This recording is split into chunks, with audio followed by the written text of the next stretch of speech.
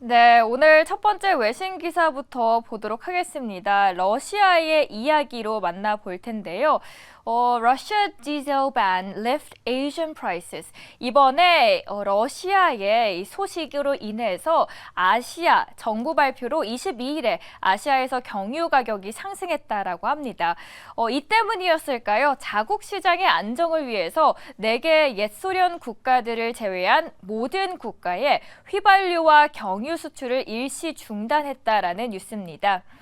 Lift bans이라고 했는데 Asian prices 이번에 아시아 쪽에 이 경유 가격이 더욱더 상승했다라는 겁니다. 표를 통해서 한번 보도록 할게요. 제가 빨간색으로 최근의 유가 가격을 한번 살펴봤는데요. 싱가포르의 두바이유 경유 가격이 2.7% 상승하면서 배럴당 보이시는 것처럼 $30에 거래가 되고 있고요.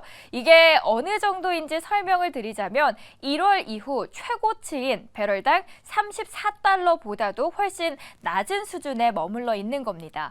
다행히 전문가들이 이 규제가 오래가지 않을 거라고 보고는 있습니다. 각 전문가들은 어떻게 예상하고 있을까 찾아봤습니다. 먼저 첫 번째로는 정유업계 컨설턴트 기업인 FGE라는 기업은 이 모자랄 것으로 우려했던 국내 공급이 보충이 되면 러시아는 예비 저장 용량 부족으로 인해서 수출을 재개할 것이고 늦어도 러시아 경유 수출은 2주 안에 다시 재개가 될 수 있다라고 이야기합니다. 비슷한 입장입니다. JP모건 체이스에서도 10월에 수확이 끝날 때까지 몇 주만 지속될 것이라고 썼는데요. 러시아 남부 농업 지역은 현재 수확을 해야 하는데 연료가 절대적으로 부족한 상태라고 합니다. 종합을 전체적으로 해봤을 때 아시아는 러시아 경유 그리고 휘발유의 주요 구매자는 아니기 때문에 이번 금지 조치로 인해서 큰 타격을 받지는 않을 것으로 보인다는 전문가들의 분석입니다. 다음 기사도 보도록 할게요. 이 시간에 음식 사진 보면 안 되는데 빠라빠빠빠 바로 맥도날드입니다. 맥도날드 이 기업이 뚜껑을 제대로 닫지 않은 기업에게 시련이 닥쳤다라는 헤드라인이 떴습니다. 기사로 함께 보도록 할게요.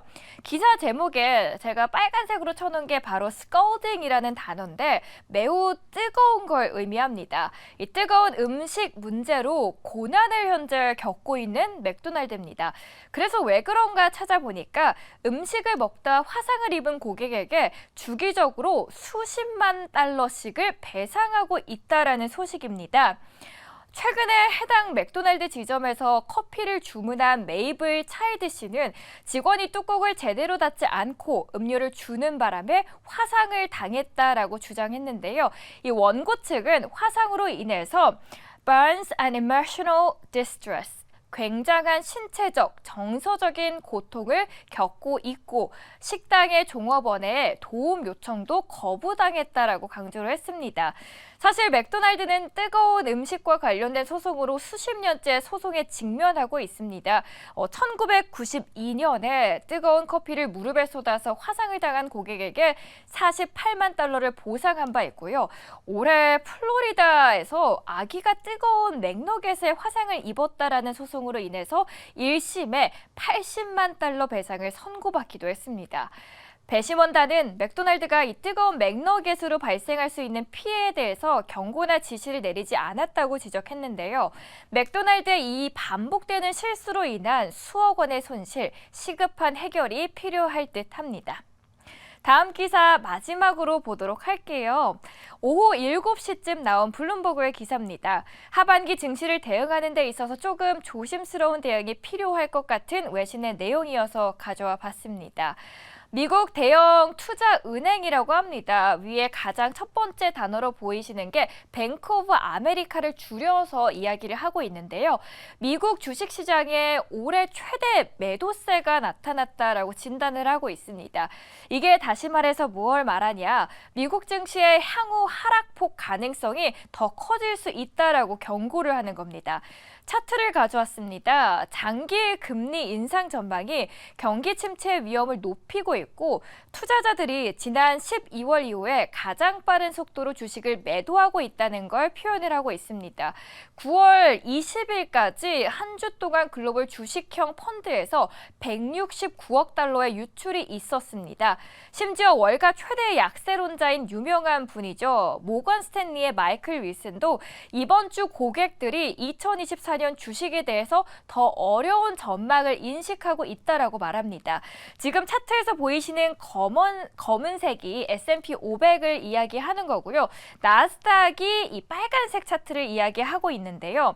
현재 2022년 작년 말부터 올해까지의 흐름을 보면 쭉 차트 이 빨간색이 계속해서 내려가고 있는 걸 확인하실 수 있고요. S&P 500 또한 물론 여기서 상승폭이 잠깐 나오긴 했지만 다시 쭉 하락폭을 더 확대해 나가고 있는 추세를 볼 수 있습니다. 이게 문제는 하반기로 갈수록 경기가 더 안 좋아질 거고 이 하락폭이 더 내려갈 수 있다라고 진단을 한 겁니다. 저희가 주식 투자를 하는 데 있어서 또 미국 시장 하반기 경고에 따라서 어떻게 주식을 잘 매매를 할 수 있을지 전략 이 시간 통해서 함께 고민을 해보도록 하겠습니다. 외신 스케치 오늘 이렇게 3가지 기사로 설명드렸습니다.